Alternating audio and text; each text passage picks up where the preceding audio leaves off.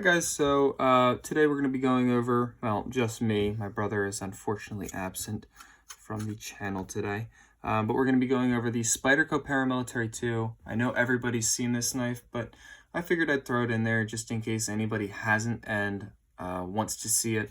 I do throw it in a lot of the size comparisons that I do, so it is worth throwing in there just in case you really do want to look at it. So again, I have the digital camo version. It comes in like a million different colors. Blade HQ does some sprint runs. Spyderco does some sprint runs. You can pretty much find them anywhere, and these aren't really going anywhere anytime soon, I don't think. It's a pretty popular knife by Spyderco. So what we're looking for as far as specifications, we have an overall length of 8.28 inches, so a pretty long knife, in all honesty. It's a pretty big knife. We have a blade length of 3.44 inches. So that's the overall length, including the finger choil you have here. The cutting edge length is only 3 inches. So it's not a huge blade. It looks really big. It looks really beefy. It's not a huge blade. The thickness of that blade is 0.14 inches. So it is a little bit thick. It does have a S30V steel, which is a good to go steel. I do like this steel. Sometimes, in some cases, I like it even more than S35 VN because it's a little easier to sharpen. It has a clip point blade and a full flat grind, so that thickness of that blade doesn't really matter as much because it does have that full flat grind. The one I have here is a satin version and the plain version as well, the plain edge. It's one of the most popular knives you can get out there, so needless to say, that's a good thing. It is made in Golden, Colorado, as you can see here. A lot of their stuff is made in Taichung in Japan, and some of their stuff is also made in China. But in all honesty, a lot of their stuff is good quality. It's just nice to see anything made in America. So I'm going to do some size comparisons here. We have the Kershaw Leak. So you'll see here, almost the same blade length, but you could see it dwarfs it in handle size. So pretty big difference as far as handle goes, but that adds to the ergonomics. We'll get into that in a couple minutes here. Let's move this out of the way here. Another pretty common knife by Spyderco is the Spyderco Little Native. You'll see here, this is a very small knife, but you can kind of get an idea. Spyderco really does like that finger choil design and good ergonomics. We have here the traditional Swiss Army knife, 90 millimeter. I think it's the 92 millimeter or whatever. Pretty common size. I think everybody's seen one of these as well. So if you really haven't seen one of these Spyderco Paramilitary 2s, this is going to give you an idea of about the size. You could see about the same size as the whole blade length is the Swiss Army knife here. One of the nice things about these Spydercos here is they do have a compression lock. So if you haven't seen a compression lock before, essentially it's an upside down liner lock that's a little bit beefed up. You can see there's a cutout in the blade here where the liner slips in and keeps it locked. So the only way that this knife can break closed would be if that liner got pinched in between the stop pin here and the knife blade. So that's actually one of the more durable locks. It is definitely more durable than a liner lock, for example. G10 handle scales here. I don't recommend taking this knife apart. It can be a little bit of a pain, and it does void Spyderco's warranty, but we'll see if we can get a video of that up later. Of course, you got the Spidey flick, where you can flick it with your middle finger, or you could flick it with your thumb. You can even just flick it out with a little bit of a depression on the compression lock there. As far as ergonomics go, pretty good.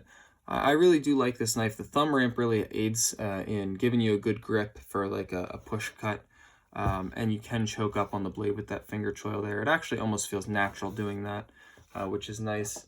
I do like the Spidey hole. Doesn't get in the way like a lot of thumb studs might as far as cutting. So this is definitely a good slicer because it does have that full flat grind. You'll see here on the Kaiser Zugang. That thumb stud is in the way of the cutting surface, and just the smallest way. A lot of knives are a little bit worse than that even, but it is nice that that does not get in the way or interfere in this Spyderco Paramilitary 2. They do make what I would call a smaller version of this, the Spyderco Para 3. which is just a little bit smaller as far as handles go, but very similar in a lot of ways. Going over some pros and cons here. One really good pro is the 4-position pocket clip. You can have it right hand tip up or tip down carry, or left hand tip up or tip down carry. You've got the really wide lanyard hole. You can even fit, I think it's like 2 or 3 strands of paracord through that. I don't really use lanyards, but it might be nice for this kind of knife, something you'd be carrying out on like a nice hike or something like that. Some cons, like I said, it can be a little bit difficult to take apart. Sometimes the centering isn't perfect, and it is really frustrating if it's not lubricated. You can't really get that nice swing that you're kind of used to when you have this knife for a little while. But if you do take care of it, it should be pretty good.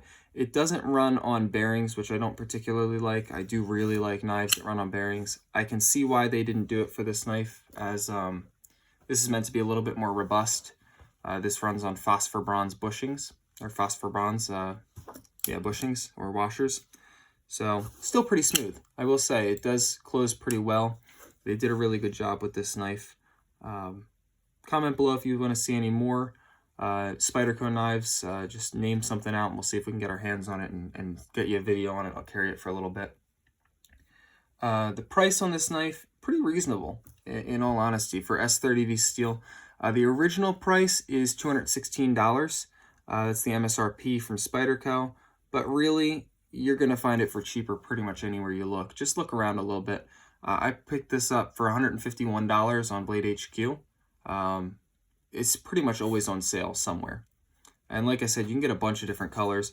And even with the sprint runs, they even do some different styles or some different styles of steel. So you can get this in S35 VN, or I think there's a M4, M390. They have a bunch of different models you can get. And you can even get some in serrated. Some cons we have here. The pocket clip, I don't particularly like how it's not deep carry. You can get deep carry pocket clips on eBay for pretty cheap. That's another great thing about this knife. You can get a lot of aftermarket parts, but you'll see a lot of that knife does stick up out of your pocket. And I really do like deep carry because I do have to carry it concealed in a lot of cases. But like I said, you can get a lot of aftermarket clips. You can even get some aftermarket handle scales if you want to put the time in and take this thing apart. So yeah, like I said, comment below if you want to see anything else. We have plenty of videos coming up. If you want to see anything, go ahead and shoot me an email. If you have anything you want to send in, I'll send you our P.O. box.